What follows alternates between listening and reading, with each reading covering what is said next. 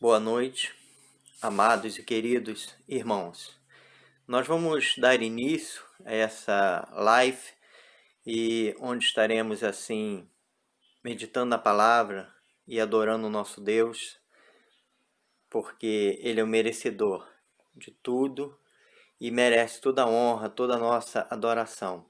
Nós vamos iniciar orando, agradecendo por essa oportunidade e que desde já Deus esteja abençoando a cada um dos amigos e irmãos que estão participando, vendo e ouvindo o que Deus tem para nós nesta noite.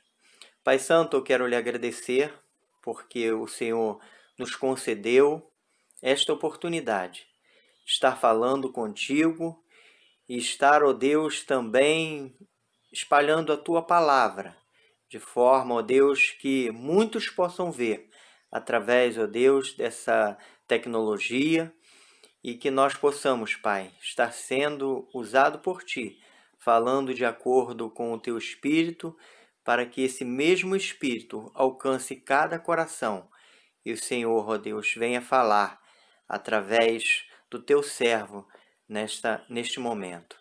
Muito obrigado em nome de Jesus. Amém. Queridos, para a meditação dessa noite, Deus colocou no meu coração um texto que está lá em Mateus 26. Os irmãos que estão com as suas Bíblias aí vão estar acompanhando. Mateus 26, 36. Nós vamos estar lendo que tem como título Jesus no Getsêmani.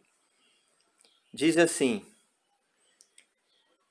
Em seguida foi Jesus com eles a um lugar chamado Getsêmani e disse a seus discípulos: Assentai-vos aqui, enquanto eu vou ali orar.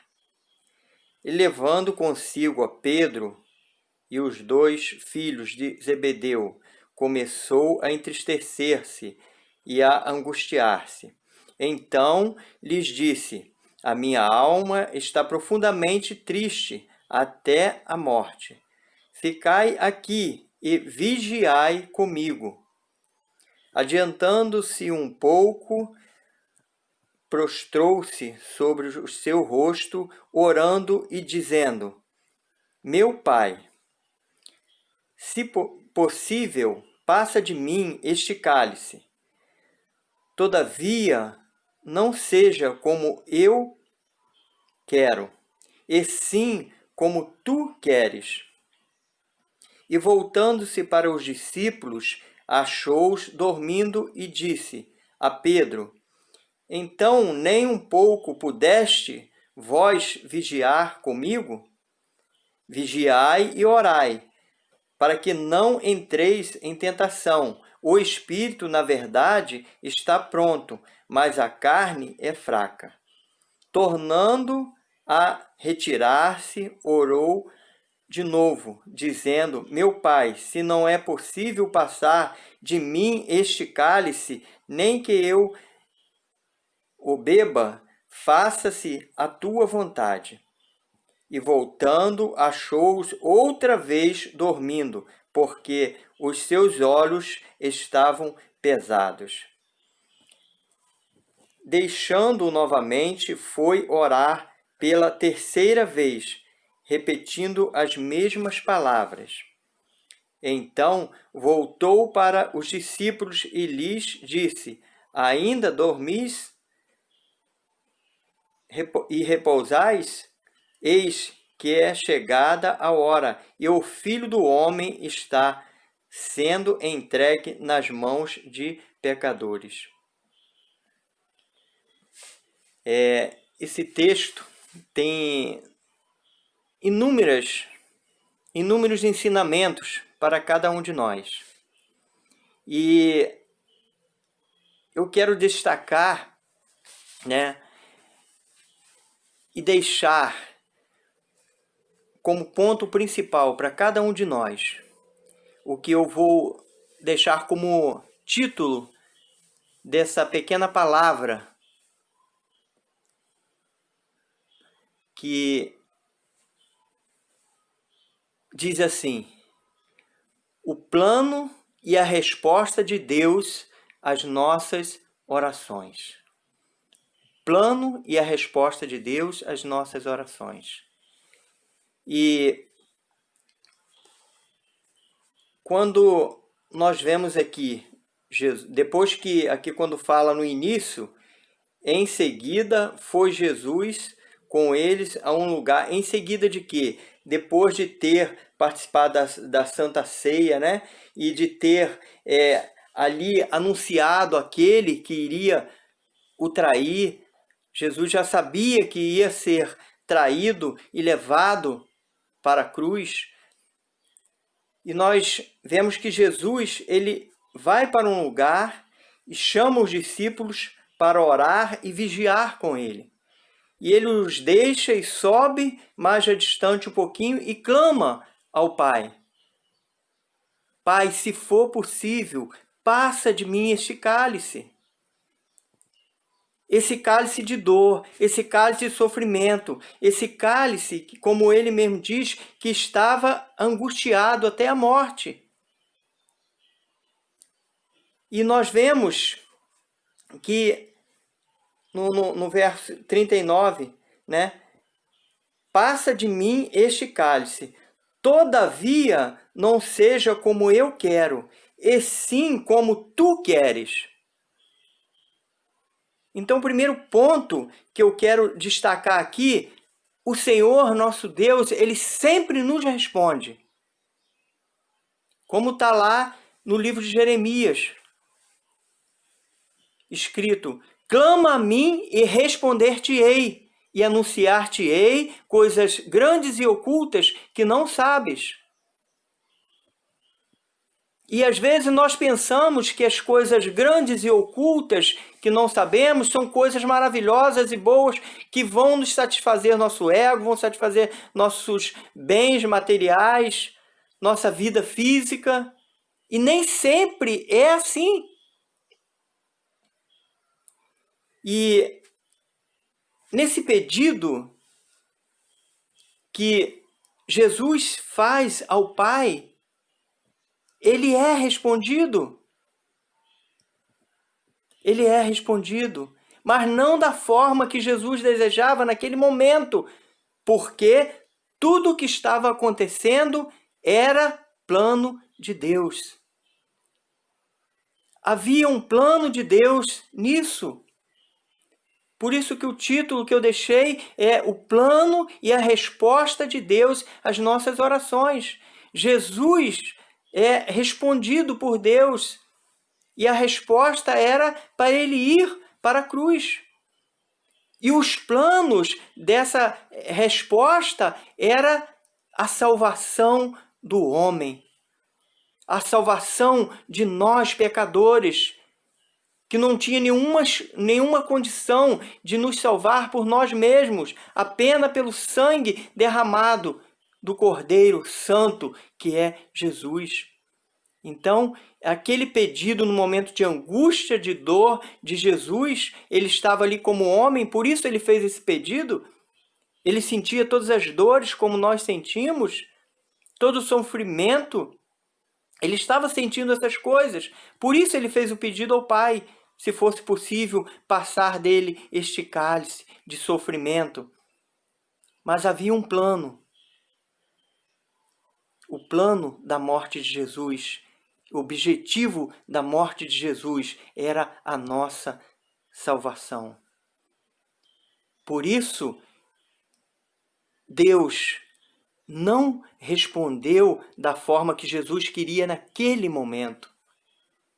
E trazendo como experiência para cada um de nós, muitas das vezes nós passamos por momentos difíceis e de aflições e achamos que Deus não está respondendo às nossas súplicas, Deus não está respondendo às nossas orações. Pelo contrário, Deus tem planos, Deus tem objetivo naquilo que está acontecendo com a gente. E aí nós temos que procurar ver, enxergar esses planos de Deus. Essa semana que passou mesmo, no domingo, quando estávamos na igreja, em reunião, uma irmãzinha estava contando as lutas, nossa irmãzinha Cristina, né, Cristina? Contando as lutas que ela passou e teve que ser internada, ficou lá no hospital vários dias. E naqueles dias que ela ficou lá, ela louvava o Senhor, ela adorava o Senhor. E tinha mais pessoas naquela enfermaria, pessoas descrentes e outra senhora também evangélica, mas aquela pessoa que estava ali, que não tinha Jesus no coração, foi alcançada pela palavra de Deus, pelos louvores que ela estava dedicando a Deus.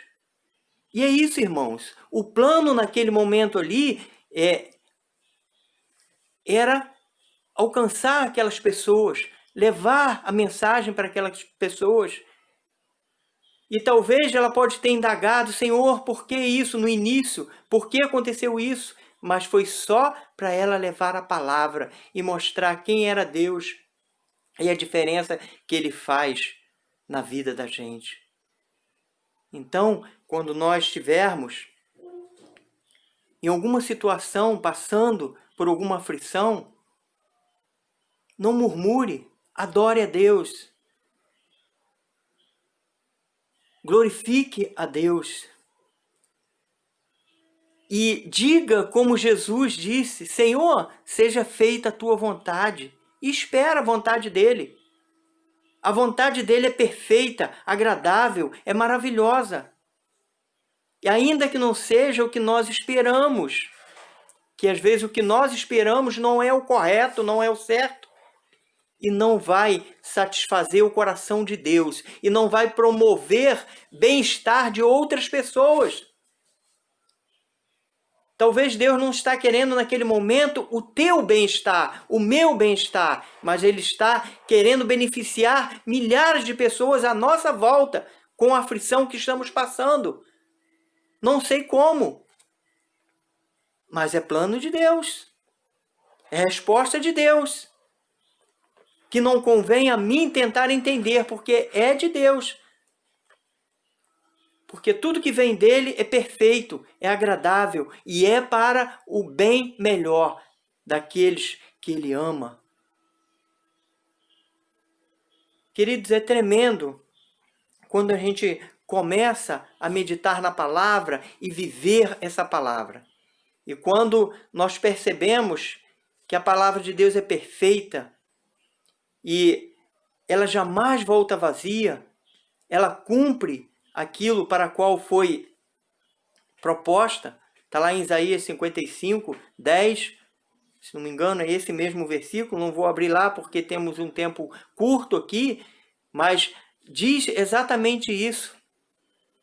A palavra de Deus jamais volta vazia, até que ela cumpra aquilo para qual ela foi designada.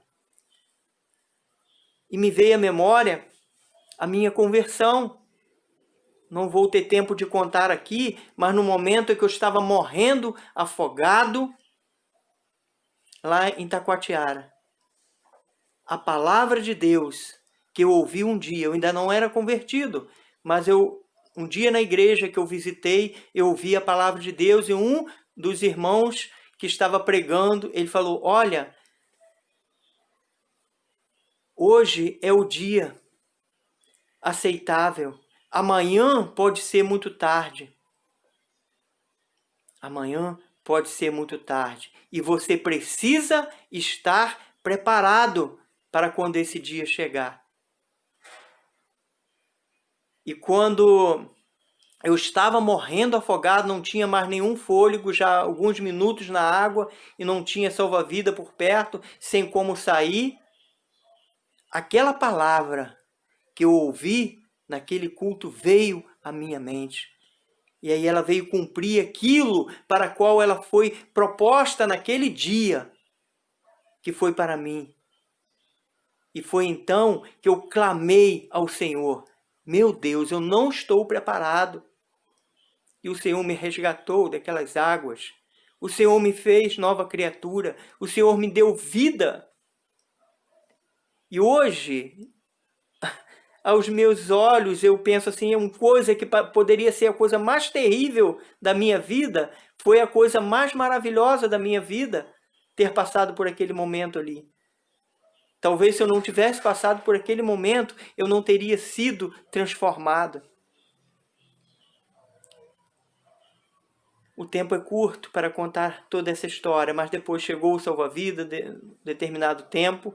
Mas o ponto principal é quando eu clamei ao Senhor. Ele me ouviu e Ele me resgatou. Eu já estava no fundo do mar, uns 3 metros de fundura, bebendo muita água, não tinha mais nenhuma chance. Quando eu lembrei dessa palavra, você precisa estar preparado para o dia da sua morte. Eu estava morrendo e não estava preparado. Mas quando eu clamei, o Senhor estendeu a mão, me resgatou do fundo daquele mar, me deu vida. É tudo o que eu precisava. Me salvou, me tirou das trevas para a sua maravilhosa luz. E aquele dia foi especial para mim. E hoje eu sou uma nova criatura, através da palavra, através das orações que a igreja fazia por mim, que minha mãe sempre fez por mim. Eu louvo a Deus, porque existe um Deus que nos responde. E pensar sempre também, irmãos, o tempo muito curto, tem tantas lições aqui, mas uma outra lição que eu gostaria de destacar aqui. Nós, como seres humanos, muitas das vezes caímos no mesmo erro que aqueles discípulos, quando Jesus falou que era para eles vigiarem, para eles estar junto com Ele, orando junto com Ele. E porque eles estavam cansados, eles dormiram, esqueceram de vigiar. Queridos, vamos estar atentos, vamos vigiar, porque o nosso adversário, o diabo, ele vive ao derredor, tentando encontrar falhas, tentando encontrar brechas para lançar as suas setas, para nos derrubar. E ele quer nos encontrar distraídos assim, dormindo, talvez distraídos, outra vez dormindo na fé, fracos. É dessa forma que ele quer nos encontrar para nos derrubar. Mas quando nós estamos firmes, vigiando como Jesus nos ensinou o que deveríamos fazer, e mostra porque a carne é fraca. O espírito pode estar preparado, mas a carne é fraca.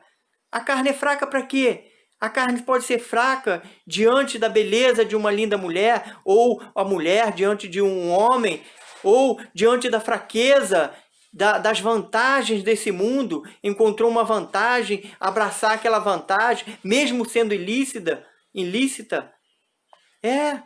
A carne pode ser fraca nesses momentos, mas se nós estamos vigiando, estamos com o Senhor, atentos para não cairmos nas tentações, nós vamos vencer. Nós vamos alcançar a vitória.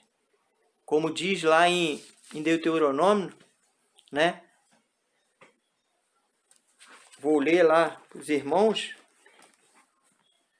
28 diz assim, ó: se atentamente ouvirdes a voz do Senhor, teu Deus, tendo cuidado de guardar todos os seus mandamentos, que hoje te ordeno, o Senhor, teu Deus, te exaltará sobre todas as nações da terra. Se ouvirdes a voz do Senhor teu Deus, virão sobre ti e te alcançarão todas essas bênçãos. Querido, você quer ser abençoado? Claro que quer. Você quer ter vitória? Faça isso aqui.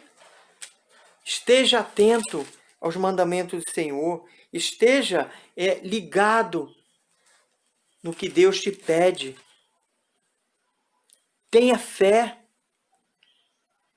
Em Hebreus 11 diz que nós precisamos ter fé, porque muitos homens do passado foram vitoriosos porque acreditaram e tiveram fé. e sem fé é impossível agradar a Deus. Hebreus 11, 6 nos fala isso. Então vamos ter fé, vamos acreditar que a resposta de Deus virá. É certa, ainda que seja para você esperar, ainda que seja não, mas é o melhor para você. Tá bom, querido? Essa é a pequena reflexão que Deus trouxe através disso aqui, da palavra dele, para o meu coração e para o seu coração. Abrace essa vitória. Tenha intimidade com Deus. Tenha relacionamento com Deus. E verás quanto isso é perfeito para a sua vida e como Ele vai te conduzir na vitória. Porque Ele é o caminho, a verdade e a vida. Deus te abençoe. Em nome de Jesus. Amém.